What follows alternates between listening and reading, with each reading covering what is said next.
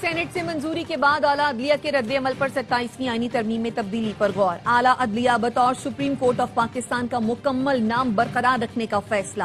ذرائع کا کہنا ہے 27ویں ترمیم میں چیف جسٹس کے عہدے کے ساتھ پاکستان کا لفظ واپس لگایا جائے گا. 27ویں ترمیم میں چیف جسٹس کے عہدے کے ساتھ پاکستان کا لفظ موجود نہیں تھا. Chairman P T I barrister Gohar نے بھی گزشتہ روز قومی اسمبلی میں چیف جسٹس آف پاکستان کا عہدہ ختم ہونے کی نشاندہی کی تھی. حکومت کا آرٹیکل 6 کے کلاس 2 میں تبدیلی کا فیصلہ. آئینی عدالت کے لفظ کا اضافہ کیا جائے گا. آرٹیکل 6 کے کلاس 2 کے تحت سنگین غداری کا عمل کسی بھی عدالت کے ذریعے جائز قرار نہیں دیا جا سکے گا. وفاقی کابینہ کا اجلاس 5:15 بجے طلب. آئینی ترمیم میں مزید شقیں شامل کرنے کی منظوری دی جائے گی.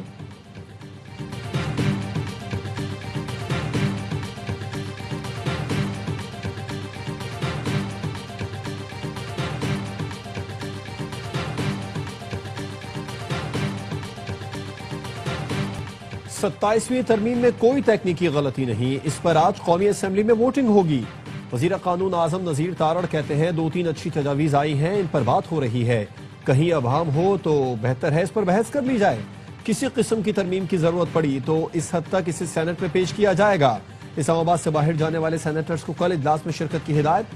سینٹ 2/3 اکثریت سے ترمیم دوبارہ منظور کرے گی. وزیر قانون کی وفد کے ہمراہ بلاول بھٹو زرداری سے ملاقات. 27ویں آئینی ترمیم پر مشاورت. بلاول بھٹو کی زیر صدارت پیپلز پارٹی کی پارلیمانی پارٹی کا اجلاس. آئینی ترمیم کو ووٹ دینے کی منظوری دے دی. ارکان قومی اسمبلی کو پارلیمنٹ ہاؤس میں رہنے کی ہدایت.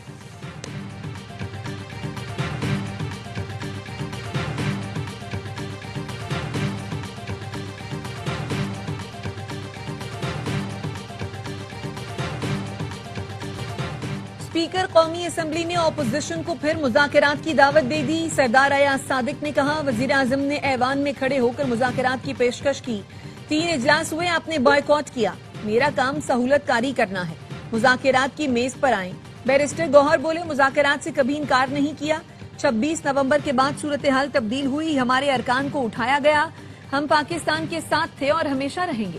محمود اچکزئی نے کہا آپ سے بات نہیں ہو سکتی, آپ حقیقی نمائندے نہیں. اسپیکر نے جواب دیا آپ کیسے کہہ سکتے ہیں کہ ہم حقیقی نمائندے نہیں. میں نے آپ کے لیڈر کو 2 بار ہرایا. میرے خلاف کوئی پٹیشن بھی نہیں.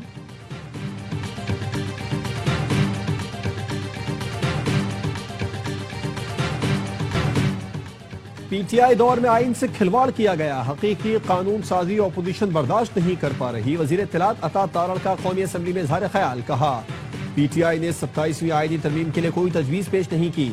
نفرت کے بیج بونے والوں کو کوئی فراموش نہیں کر سکتا. چور دروازے سے اقتدار میں آنے پر بھی ان کو معافی مانگنی چاہیے. یہ سیاسی لوگ نہیں, ان کے گناہوں کی لسٹ بڑی لمبی ہے. یہ نئی روایت چل پڑی ہے کہ وہ بات کرو جو افغانستان اور بھارت میں ہیڈ لائن بنے.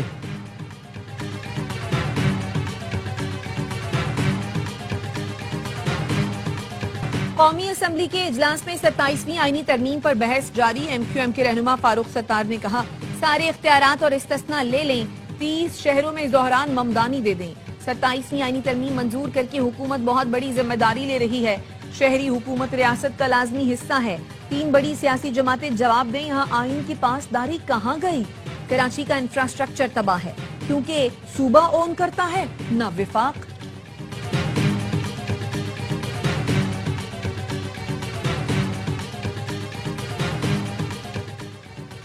اسلام آباد میں ججوں کی تقرری کے لیے ایگزیکٹو کی عدلیہ سے مشاورت لازمی قرار. اسلام آباد ہائی کورٹ کے جسٹس بابر ستار نے 73 صفحات پر مشتمل فیصلہ جاری کر دیا. کہا کوئی بھی قانونی یا انتظامی عمل جو عدلیہ کی آزادی کو متاثر کرے وہ آئین سے متصادم ہے. ججز تقرری یا برطرفی پر وفاقی حکومت اسلام آباد ہائی کورٹ سے مشاورت کے بعد اختیارات استعمال کرے. اسلام آباد میں دوسرے صوبوں سے ڈیپوٹیشن پر لائے گئے ججز عدلیہ کی خود مختاری کو متاثر کرتے ہیں. سپریم کورٹ یا اسلام آباد ہائی کورٹ کی مشاورت کے بغیر تقرری، ٹرانسفر یا برطرفی غیر قانونی تصور ہوگی.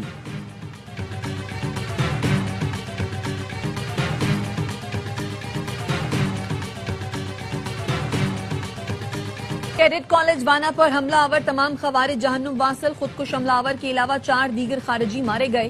فیلڈ مارشل سید عاصم منیر نے لمحہ بلمحہ وانا آپریشن پر نظر رکھی. ہدایت کی قوم کے معمار ہمارا سرمایہ ہیں, ان پر ہرگز آنچ نہ آنے پائے. آپریشن کمانڈر کرنل محمد طاہر کہتے ہیں